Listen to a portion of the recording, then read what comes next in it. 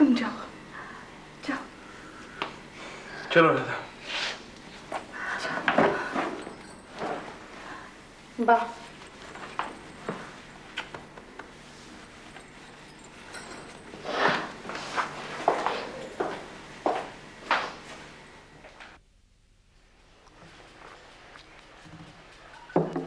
दर्द आएगा दबे पांव लिए सुर्ख चिराग, वो जो एक दर्द धड़कता है कहीं दिल से परे। लीजिए आ गया दर्द दबे पांव। वाह, वो आए घर में हमारे, खुदा की कुदरत है। कभी हम उनको, कभी अपने घर को देखते हैं। आपका घर तो बहुत शानदार है। दूर कदम पड़े तुम्हारे के। शायरी बंद।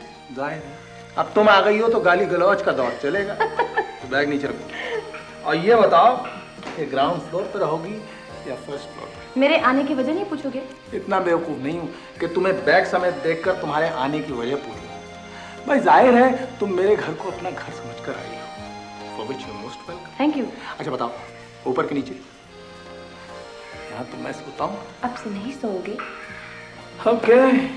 अब मैं तुम्हें अपने आने की वजह बताती हूँ। यानी जो मैं समझा था वो गलत था? जी हाँ, क्योंकि मैं हमेशा के लिए अपना घर छोड़ के आई।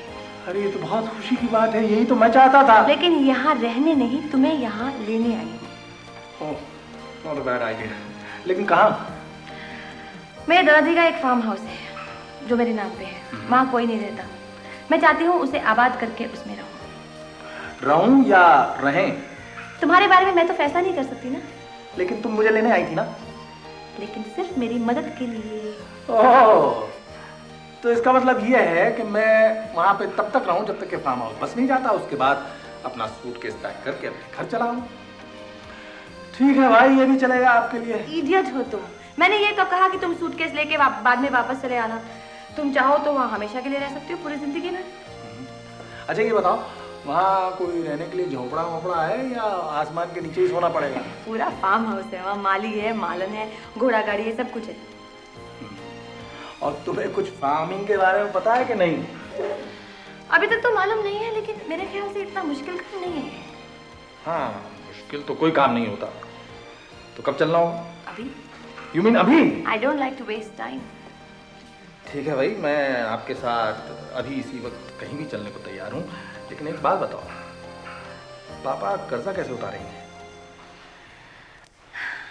पापा की बेटी होने के नाते ये सवाल मेरे दिमाग में भी आया था, जिसका एक सीधा सा जवाब तो ये है कि मैं अपनी मर्जी के खिलाफ अमृत राम से शादी करूं, जो मुझे मंजूर नहीं। तो क्या होगा पापा का?